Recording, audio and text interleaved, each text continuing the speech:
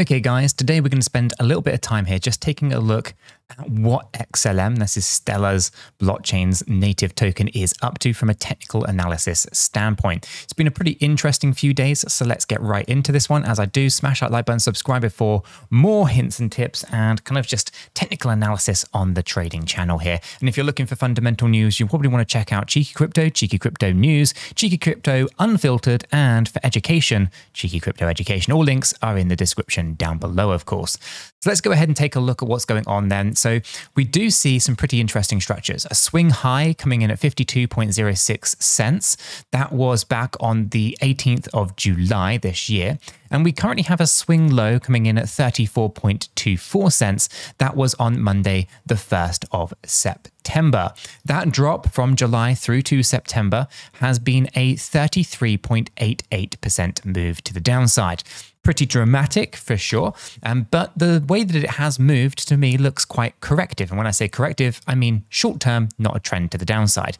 And the most recent moves from September so far actually looks quite promising. Will it hold? Well, that's the question, the million-dollar question almost, right? Because I'm taking a look at the chart and we haven't broken through some of these key areas just yet. So let's go ahead and focus on the support resistance areas that I think are worth noting. And I'm going to just draw in a yellow box here and pull it across. This is the current battle that we have going on for Stellar's XLM. So this range for reference is 40.98 to 42.5 cents. Now, this particular range is basically a previous kind of resistance, as you can see from the 12th of July, that we broke through. We tried to turn it into a floor. We lost it. We tried it again, lost it, moved up, then tried to find it as another support range, lost it, and then it's become resistance. So right now, this is where the battle is going to be. Basically, previous support turning to resistance. If a rejection happens here, well, the bears would be firmly in control. And taking a look at our overarching structure, one of the key things that we need to note when it comes to technical analysis anyway is the overlapping nature of the candlesticks. It tells us an awful lot. So for example, we had this retracement and then a higher high over here, right? So you can see that we moved down, then we had a higher high. Then as we started to push back down, we had these lows and then these highs. These highs over this side, they overlapped with the previous lows over there. So when you have a trend, you don't tend to find an awful lot of overlapping candlesticks, specifically on these larger timeframes, right? Then we moved down lower, then we created more overlap just here as well, before creating even more overlap over here. And again, you would note that those were higher highs on this side, right? And we also had higher lows here, right? Basically this rising wedge that broke on down. Now, with that being said, we can see more overlapping natures of candlesticks as things have progressed. So this all tells us that although the market is quite choppy, that ultimately this is a short-term movement to the downside. And that low around 34 cents looks like a pretty solid floor at the moment, but nothing is ever guaranteed because we haven't broken past some of these major milestones just yet. Sure, I mean, we've claimed the 50 EMA that was a bit of resistance for us, and we've just claimed the 50 simple moving average, the yellow line coming through the chart, but we haven't conquered 42.5 cents. I'm going to be looking for strong close positions higher than the previous swing high, which for reference was 42.91. So we want to be looking to see if we can get solid closes there. Now, if I throw on smart money concepts, just another analytical kind of approach to the market, this actually is a bullish structure still. There is a huge fair value gap, of course, between 30 cents and 35, and even more if we start thinking about 25 cents to about 28 cents. But there's no guarantees that fair value gaps ever get filled out completely straight away. They can take a very long time to play them out. So for smart money concepts, it's actually still in a bullish structure, as you can see here with this break of structure. So it's actually looking pretty good. I'm not concerned over that. The Elliott wave structure, however, is not as clean cut. It tells me that this actually could still see further decline. And the move in particular that I would be interested in would be seeing whether or not the rejection to the upside comes in, let's say a little bit lower than the previous swing high. Then we would be looking for the 200 EMA support at around 33.66 to around 31.95 would be a very interesting play. but no guarantees, of course, because all minimum expectations were already met. But I am a little bit cautious because that's kind of just the way I am. Minimum expectations were met, typical expectations were met with the move to the downside most recently. If we were to think about this like a three-wave pattern like so, that looks pretty complete. But the interesting thing is actually more the macro piece, right? Is zooming out a little bit further and further away from the typical kind of just inner workings.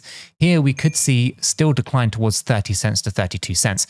The clean break above the previous highs will be required. I would be looking for anything, including a wick higher than 47.16. Anything higher than 47.16 cents is going to basically be a good turning point for us. So I'm going to leave that right up there.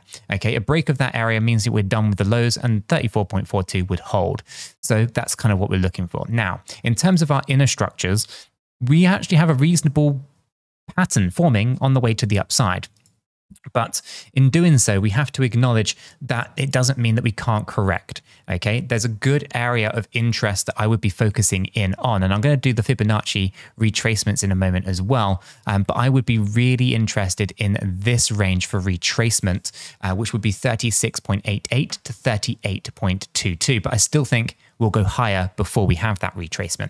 So in the bullish kind of scenario, what would I actually be referring to? I'm referring to a reversal pattern. We have a lack of overlapping structures, right? We had a lot of overlap on the way down, not a lot of overlap on the way up. That's a good positive sign so far.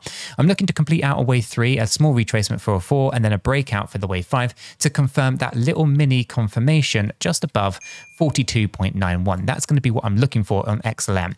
Now, when we complete this, this is where things can get a little bit, I want to say the word nasty, but basically we could be looking for a retracement. And the retracement could be as deep as 88.2% of that entire 5-wave move to the upside.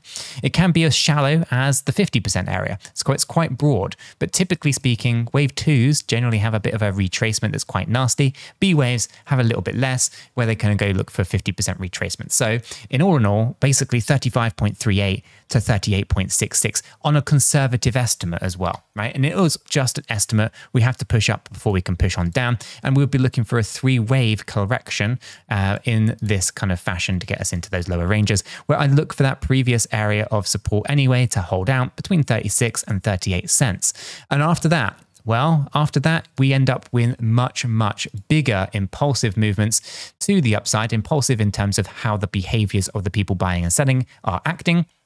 We're looking for a breakout of 53.82 to breach that existing high. So it's looking pretty bullish on XLM, right? I'm looking for a kind of 1, 2, kind of 3, 4, 5 breakout like this, but it's going to take a long time to play out, right? I imagine that we're going to be progressing well into the kind of Q4 as we kind of think about Christmas probably and December and all that kind of stuff. So as I reflect on the price action for Stellar's XLM, I am thinking to myself, we're going to be pushing up a little bit to complete out the wave 3, a little mini wave 4 correction, final push up to break above 42.91, and then a collapse. That collapse, you know, we'll probably be looking for 36 cents before rallying back towards 53 and a clean breakout for the next big bullish run to the upside. So it's looking pretty good. If we roll this up into a weekly time frame, you can really see that breakout and what we're looking for here across our weeks, right? So we have this area from 20 cents to 33 cents, basically April of 2025 to May of 2025 on this weekly time frame.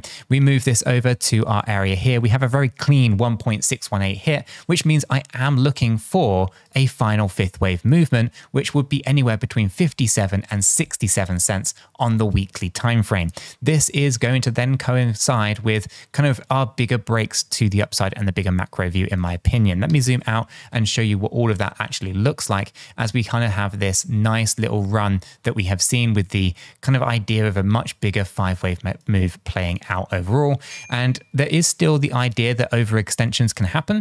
If they do, we are still looking for 83 to $1.30 on a more conservative angle. And I'll draw in a yellow box here as well. This would basically be looking for those kind of kind of zoomed out views a little bit higher into new all-time high territory. And there's still the wild card as well, around $2.15 to $4.82. There's a lot to play for when it comes to Stellar's XLM, and it's good to see these things kind of starting to form out in the way that they are.